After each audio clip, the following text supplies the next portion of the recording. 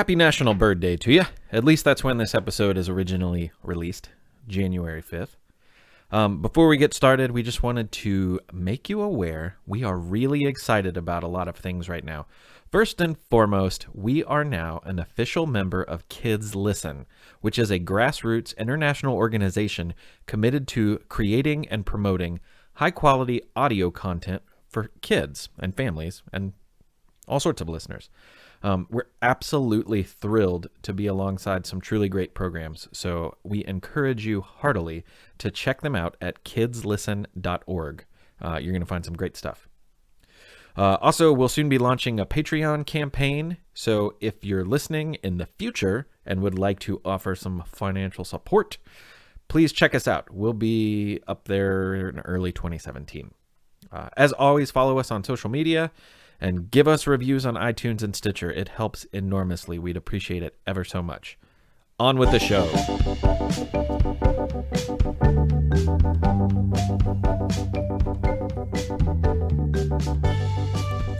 Hey, welcome to The Past and the Curious. Thank you for joining us. I'm Mick Sullivan, the creator and producer of The Past and the Curious. We were really excited to learn from our new friends at Tumble, a science podcast for kids, that January 5th is National Bird Day. Well, we happen to have a batch of true tales from the past about our fine feathered friends. So, with this new knowledge, we raced to finish them up, find a song we liked, and get it all ready in time. So this entire episode is bird-themed. Listen to it on National Bird Day, or any other day of the year for that matter. Birds are always interesting. You're going to like our first tale. It's about a scientist who just couldn't figure out where birds went in the summer. His hypothesis was out of this world. You're going to hear the story read by Miss Victoria Ribel, our friend from here in Louisville, Kentucky. Enjoy! It's really hard for us to imagine what life was like in 1600s. In just the last 100 years or so, science and technology have taught us so much about our world and beyond. With satellites and radars, we can understand weather patterns. With wildly powerful microscopes, we can understand the smallest building blocks of life. And today, we also have the tools to understand details of how different animals behave, and just why they do so. In the 1600s, all of these things puzzled people. Even the scientists and researchers whose job it was to learn and teach could find themselves perplexed. The lack of technology and the inability to easily share information would often keep them from discovering the correct answers to their questions. And sometimes their results, when considered by us today, can seem funny. Charles Morton was an English scientist who wondered, among other things, where do the birds go in the winter? You see, he and others clearly observed a number of birds feeding, nesting, and flying around, like birds do, each spring and summer.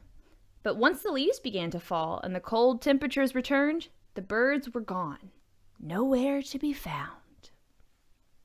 Today, we know what happens, but it wasn't obvious to Charles Morton or anyone else. There were all sorts of suggestions that came before him. One person speculated that the birds actually blossomed on trees, like flowers in the springtime.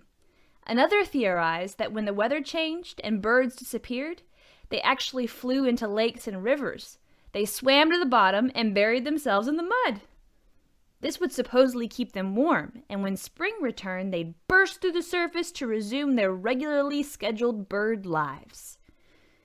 At the end of the 17th century, or the 1600s as you could say, Charles Morton wrote a paper with an otherworldly idea of what became of birds. Now it should be said that Charles Morton was schooled and later became an educator at Oxford, as in Oxford, a very good school. Later, living in America, he wrote a textbook that was used at Yale and Harvard, as in Yale and Harvard. So this guy was no dummy. His paper was quite elaborate, and he obviously put great thought into it. I mean, the title alone is seriously difficult to understand. It was called An Essay Toward the Probable Solution of This Question: Whence came the stork and the turtle dove, the crane and the swallow, when they know and observe the appointed time of their coming? But long rambling title or not, it was still wildly incorrect. To be fair, he was mostly correct in deducing why the birds disappeared. They were naturally reacting to the shorter days, the less abundant food, and the cold temperatures. It was in their inherent nature to leave. But where did they go? Where could they go? Charles Morton wrote, "Now whither these creatures should go, unless it was to the moon." Yes, Charles Morton believed birds migrated each winter to the moon. What? With great detail, Morton explained that these birds would embark on a journey of 60 days, flying a distance of 179,712 miles to the moon. Now, if you're mathematically inclined, you may have already figured that this would require them to fly at a speed of 125 miles per hour, while in a state of near sleep, living only off of stored fat in outer space. Morton wagered that this was possible because in space there is no gravity nor wind resistance to fight with, making for smooth sailing to the moon. What a notion, huh? It's not known how many people believe Morton's theory, but it would still be another century before people began to understand why birds disappeared and where they really went when they did. About 100 years later, in 1822, a man in Germany was hunting when a stork, which we can assume looked tasty to him, flew above his head. The bird was shot, and when the hunter recovered the stork, he found that there was a strange spear stuck through the bird's body. He took it to a university where the bird and the spear were examined. It appears that this German fellow wasn't the first hunter to think this same bird looked tasty. The spear was from a part of Africa, thousands of miles to the south and well below the equator. A hunter there had pierced the poor stork, but the wound was not fatal. So when the seasons changed again, this bird, we'll call him William Storkspear, was able to continue his migrating flight patterns. He just did so with a spear stuck through his body. But if not for the spear, there would have been no way to know where the bird had been before flying over the dangerous German airspace. For all they know, it could have come from Spain or China or the bottom of the river or perhaps even the moon. But because the spear was recognized to be African, it was clear evidence that the bird traveled great distances while still remaining here on planet Earth. Within the same century, scientists started using things such as aluminum bands wrapped around a bird's leg to begin to understand the patterns in which birds migrate. The bands are imprinted with information to identify the bird and its prior locations, allowing it to be tracked over time. Similar tags are used by scientists to track and understand the movements and life patterns of everything from fish to bears to sharks. Though still used, digital chips and other technological devices are increasingly common, making gathering information easier. Surely you won't be surprised to know that we are still learning new things about animals every day. But it's safe to say we can close the case on moon migration. It's quiz time. It's quiz time. It's quiz time. Time.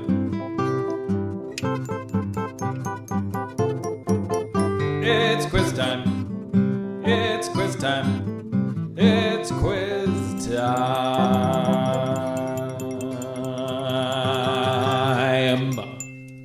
Hey people, it's time for a bird quiz. In 1845, a magazine editor, writer, and poet living in Baltimore, Maryland, was vaulted into international stardom when his poem, involving a bird, became an international hit. Can you name the poem and the poet? Edgar Allan Poe became a household name soon after his poem, The Raven, was published. The poem involves a grieving narrator who grows increasingly upset by a raven that has taken up residence in his house. The bird seems to speak, answering all of the narrator's questions with a single famous word: nevermore.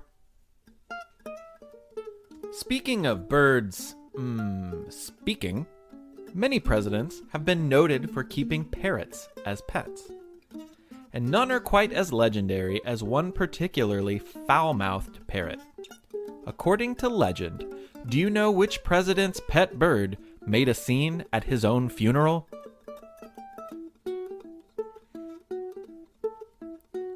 Andrew Jackson had a tendency to use, no pun intended, foul language.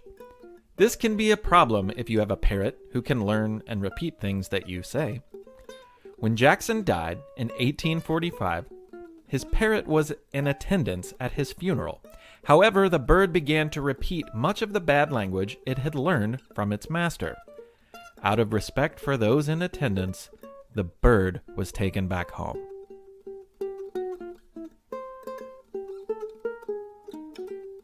Our third and final question.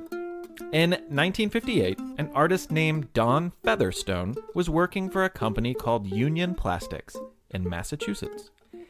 He created over 750 designs of plastic objects. One of his designs became one of the most famous lawn ornaments in history. What was it? Millions of pink plastic flamingos have been sold since Featherstone created them in the late 1950s. When he was assigned the task of designing a plastic duck, he bought a live one, kept it as a pet while he created the mold, and eventually turned it loose in a local park. For his next assignment, the flamingo, he had to settle for pictures in National Geographic magazine. It is said that he and his wife kept a total of 57 of the plastic birds on their own lawn. Do you have one? If you do, send us a picture. We'd love to see it.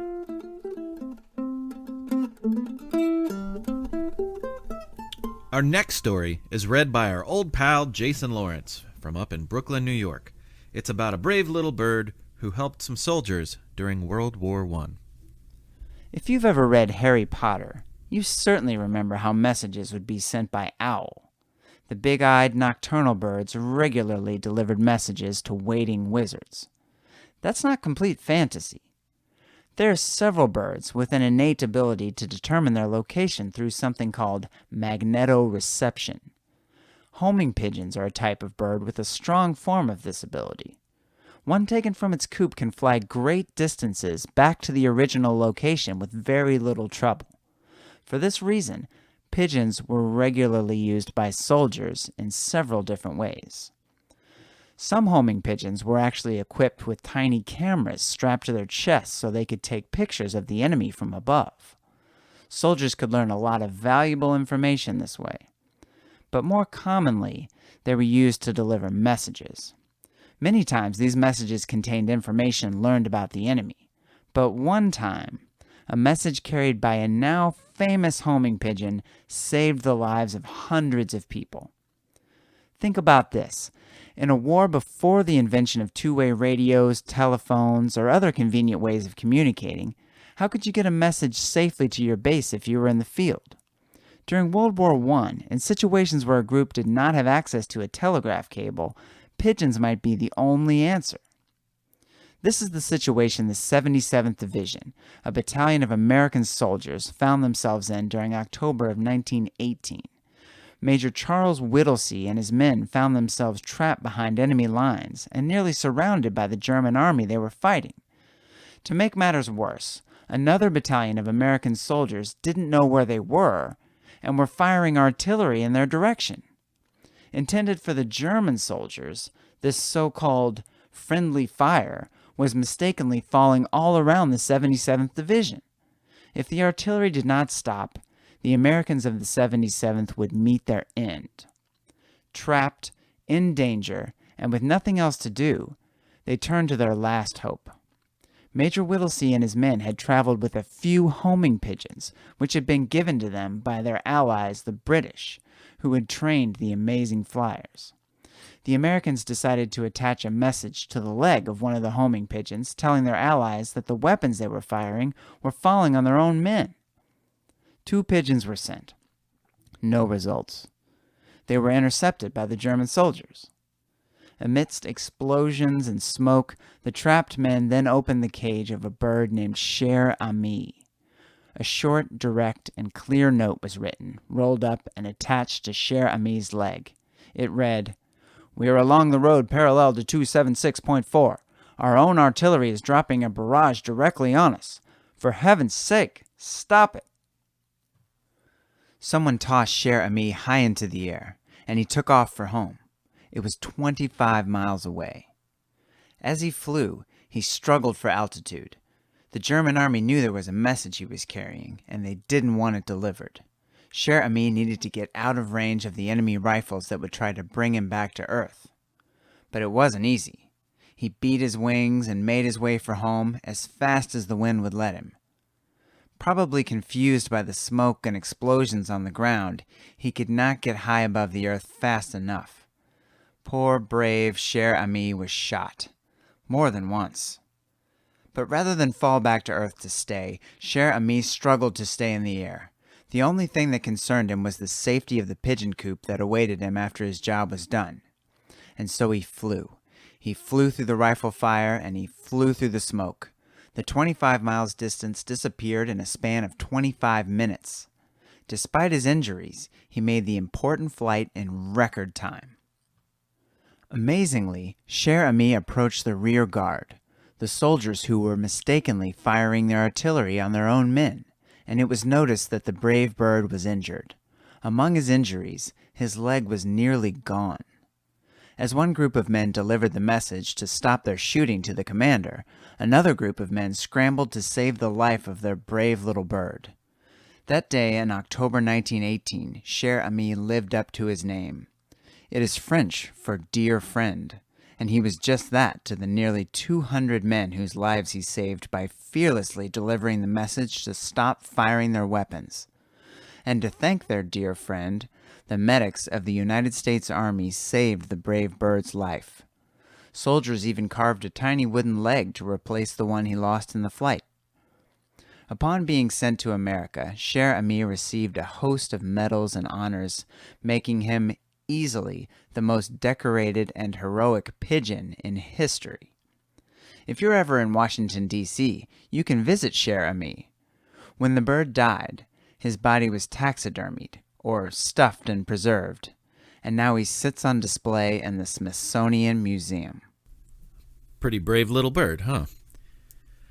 Now, before we go, we've reworked an old folk song that we would like for you to hear. And guess what it's about? Birds. Actually, one bird. The song dates back to at least the mid-1800s and is very commonly played throughout the Appalachian region of America and commonly on instruments like fiddles and banjos. We play some of those instruments, but also have a little bit of fun making it our own. We hope you enjoy our version of Cluck Old Hen. My old hen is a good old hen. She lays an egg for the railroad men. Sometimes one, sometimes two, and that's enough for the whole crew. Cluck old hen, cluck and sing. You ain't laid an egg since way last spring. Cluck old hen, cluck and squall. You ain't laid an egg since way last fall.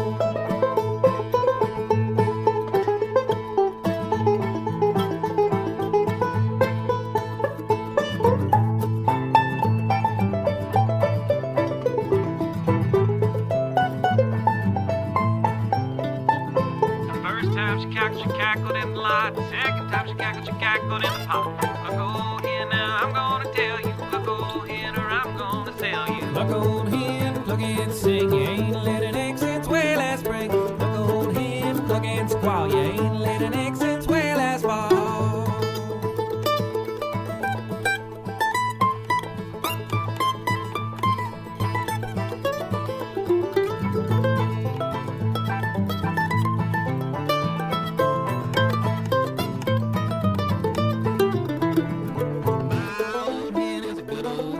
She lays an egg for the railroad man. Sometimes 8, sometimes 10, and that's enough for the railroad man. Cluck old hen, cluck and sing. You ain't laid an egg since way last spring. Cluck old hen, cluck and squall. You ain't laid an egg since way last fall.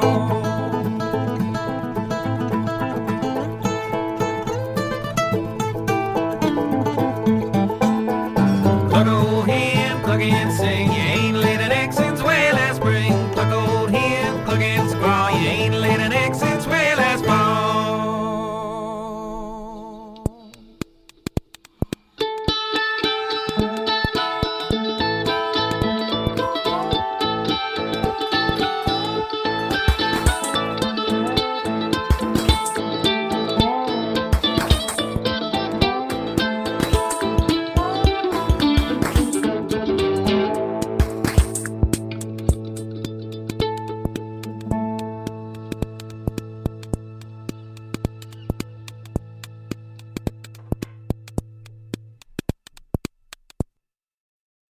Thank you for listening. Hey, we've had some really great feedback, and we're really excited about what we've heard from our listeners and the number of listeners that we're starting to get. So that's really exciting. Please follow us on Instagram or Facebook or Twitter or all three. That would be even cooler. Leave a review on iTunes and Stitcher, and please tell somebody. And if you happen to be in Louisville, Kentucky, you might find one of our super awesome The Past and the Curious bumper stickers sitting around on the counter or elsewhere where free goods are at one of the local Heine Brothers coffees. We got some exciting news about that coming up in the next month. Speaking of, the next episode will be about heights. Tales about heights. Some really cool stuff. You probably never heard one of the tales before. It was new to us. So look for that in February, and we might actually be able to squeak in a bonus short episode this month. So stay tuned for that. Working on it right now. I think it's going to be cool. Thank you again.